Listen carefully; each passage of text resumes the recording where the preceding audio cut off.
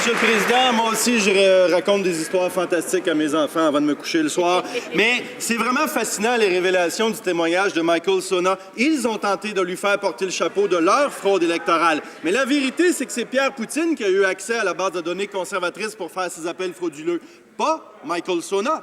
Mais on apprend aussi que les conservateurs savent qui a téléchargé ces données-là. Mais ils continuent de se cacher derrière un kit de 24 ans et d'imposer l'omerta. Quand est-ce qu'ils vont arrêter de couvrir un criminel? Quand est-ce qu'ils vont dire à Élections Canada qui a eu accès aux données, qui est le responsable de la fraude et qui a fait tous ces appels frauduleux?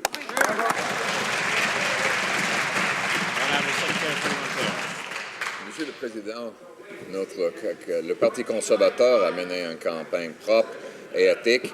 Nous avons suivi toutes les règles et nos employés travaillent avec Élections Canada afin de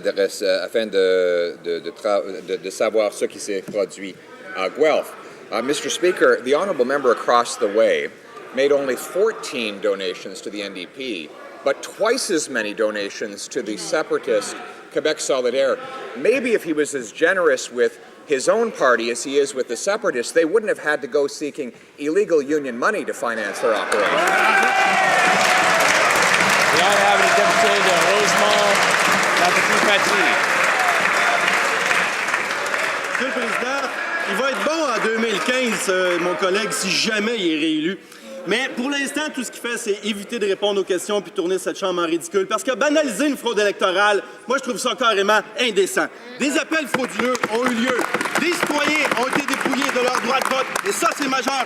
L'acte criminel n'aurait jamais été possible sans avoir accès à la base de données conservatrices. Jamais. Mais ils savent qui a eu accès à ces données-là. Ils protègent cette personne-là. Mais là, c'est fini, l'omerta. Il faut être clair, il faut être sincère avec les Canadiens. Qui est Pierre Poutine? Qui a fait les appels frauduleux? Répondez aux questions.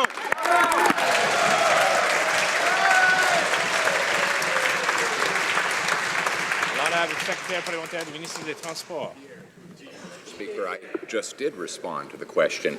I pointed that the Conservative Party did run a clean and ethical campaign in the last election and is working with Elections Canada to address any problems that occurred in Guelph. But the member across the way continues to refuse to answer the question. In fact, he's been asked the question about his donations to the separatists almost as many times as he gave money to the separatists. So I give him the occasion one more time to create a magic moment on the floor of this House and declare that after all those donations, he's changed his way and that he is now a Federalist. Will he please stand and do that right now?